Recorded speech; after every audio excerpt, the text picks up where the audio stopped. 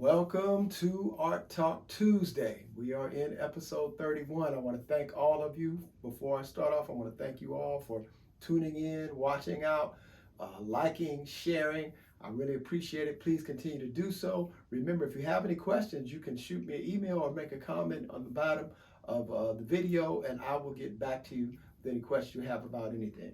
We're continuing on with the live painted yoga series, yoga images that I did. This image was also live painted. It's the third one that I'm going to show you in the series out of 5. So there'll be 2 more of these large format acrylic paintings that I'll be showing you after this week. So as you can see, this is one of a larger images. It's about 36 by 24 is the approximate 36 by 24.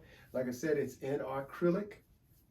It was begun live painting at an event by a group called Black to Yoga that I was working with the models to create this series on yoga. And these are not actually part of the actual series, these large acrylics. These are just some kind of promotional pieces that we were doing. I would go there and paint live at the event. It was wonderful. So most of these were, well, all of these were started at the live painting, and then it took me probably about another week and a half to finish this one. Not used to painting in such a large format, so that was really good. But if you're going to be up on the stage painting, you really need, visibility, people to be able to see the image that you're creating. So it was actually good to kind of stretch my muscles a little bit and stretch myself and paint in a larger format than I'm used to. Actually, I kind of liked it. So I'm probably going to do some more pieces. I've got some extra canvases back here that are large format. So you'll see some more pieces coming from me that are larger. Jumping right in, this piece is valued as $2,800. So it's one of my more expensive pieces, but you can see it's a larger format, so therefore obviously larger price. This piece is entitled Forearm Stand. It is a popular yoga asana or pose entitled Forearm Stand. In the Sanskrit, that stands for Pincha Mayurasana. I think I got that right. And so what do we have going on here? See, I kept a very limited palette, which is what I like to do. And once again, integrating everything in the palette, if you look at the piece, the whole overall piece has a certain feel to it, a certain energy.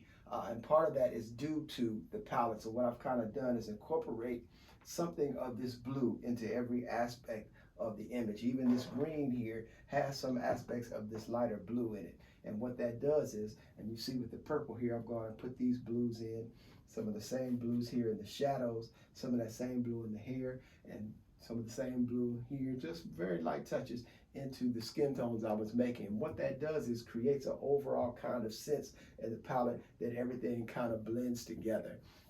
And it kind of gives everything a certain kind of sheen. If you're looking at this, you can probably kind of begin to notice that kind of overall, it works, but you wouldn't often see these color combinations together. More of the cool colors, the blues and the greens are considered cool colors. And then we get to the warmer aspects here when we start looking at the actual contours of the flesh. So playing around with that idea, I also put some of these highlights from the other colors into the hair. So just playing around with small little things to kind of give the whole piece an overall feel and overall energy, which is what I was looking for. And the thing about this pose, forearm pose, is that it's a difficult pose. Actually, you have to be pretty athletic. And the model who I based this off of, her name is Zen. She's one of the instructors at Black to Yoga, and she's very athletic, in very good shape. And she does a lot of very difficult poses doing her routines and doing her teaching. And this is actually, to me, I think it's one of her signature things that she does, this forearm pose. And what makes it so incredible is not that she can do the pose, but that she does it with such grace and ease. This is not an easy pose. It takes a lot of, you can see a lot of strength in the shoulders, the arms here, a lot of strength in the torso. So you got to have a nice strong core. And when you get to that piece, you see a lot of people, one, they can't hold it very long, they get into it.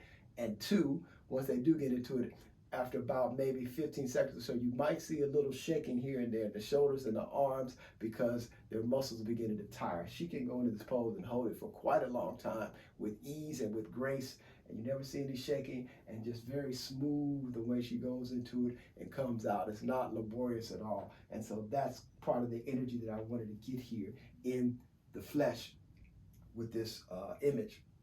You see the background once again, starting this time, I went from dark to light as I push this back, because what we want is, we don't want the figure to look like she's just up floating in this mass of color in the background.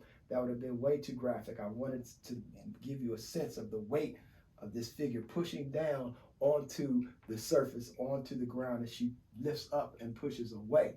So, because we know the gravity is pulling down. So what I did was darker tones here, just kind of drop that back so you get a sense that she's actually on a mat, she's actually on some grass, astroturf, something where she's actually doing the pose.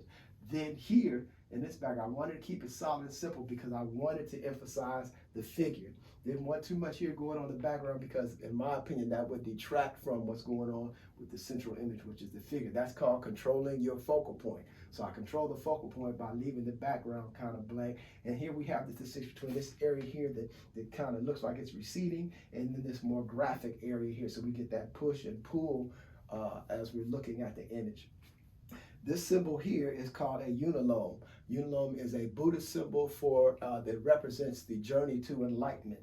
We often think of enlightenment, we think of life and the spiritual journey as being a straight line. Nothing could be further from the truth. If you think back over your life and look at your own experience, you will see that nothing has really traveled in a straight line. We plan to go from A to B, and life says, no, you go A1, A2, A3, A4, A5, then you go over to C6, and then we're going to take you back over to B. And so these undulating lines here represent this journey, because it is not straight. Sometimes we have to repeat lessons that we didn't learn. Sometimes we have to go back and experience something again. Maybe not because we didn't learn something, but there's some other aspect of it that we need to see or experience. And so the life is an undulating journey. The straight lines represent those times in life where things, we could say, are relatively easy and things are going smoothly, and we are moving in a straight direction, but eventually there will be a curve. That's just the way life works. And the lotus symbol here symbolizing enlightenment, and this whole circle here actually being the whole idea of being centered, staying grounded within all these other things that are going on around us. We can find that place of stillness, that place of wholeness within, and maintain that. And that's what when we create what we call resiliency. And so that's what's being symbolized here. Even in the midst of this body being contorted, twisting and turning, there is a sense of resiliency. There is a space within her that is whole, that is complete, that is at ease, that is composed. And that's what I wanted to kind of portray in this figure. So that's what we're getting here.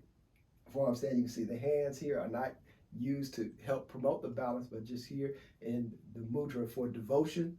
As we see going here, she's got that same drishti, her focal point, looking down, focal point of concentration to help her maintain her composure in this pose. This was also considered a balancing pose. So she's balancing, elbows, forearms, and what I want to do here is kind of really give an indication of her strength. She's very strong, like I said, very athletic, and I kind of want to portray that. You see here a little bit, just a little bit more emphasis on the shoulders and the back here. Have to have strong shoulders and back for this pose.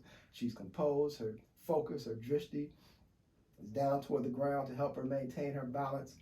Then we've got the figure going here, emphasizing the muscles, right? Very strong.